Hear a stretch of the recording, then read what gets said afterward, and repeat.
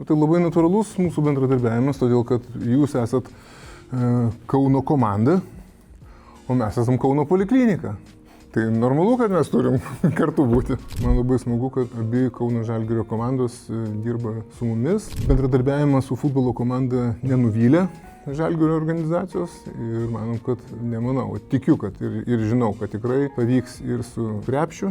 Atsinaujinam, visą laiką mes ką nors naujinam laboratoriją, dabar pasidarėm naujus procedūrinius, tai erdvus, gražus, net krepšininkai tilps.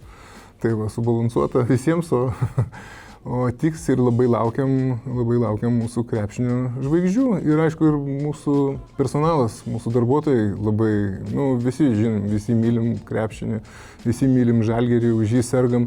Ir vis dėlto vienas dalykas pasižiūrėti arenoje ar per televizorių, kitas dalykas, kai ateina pas tave, kai priglaudi ten stetoskopą ar ten įduri adatą.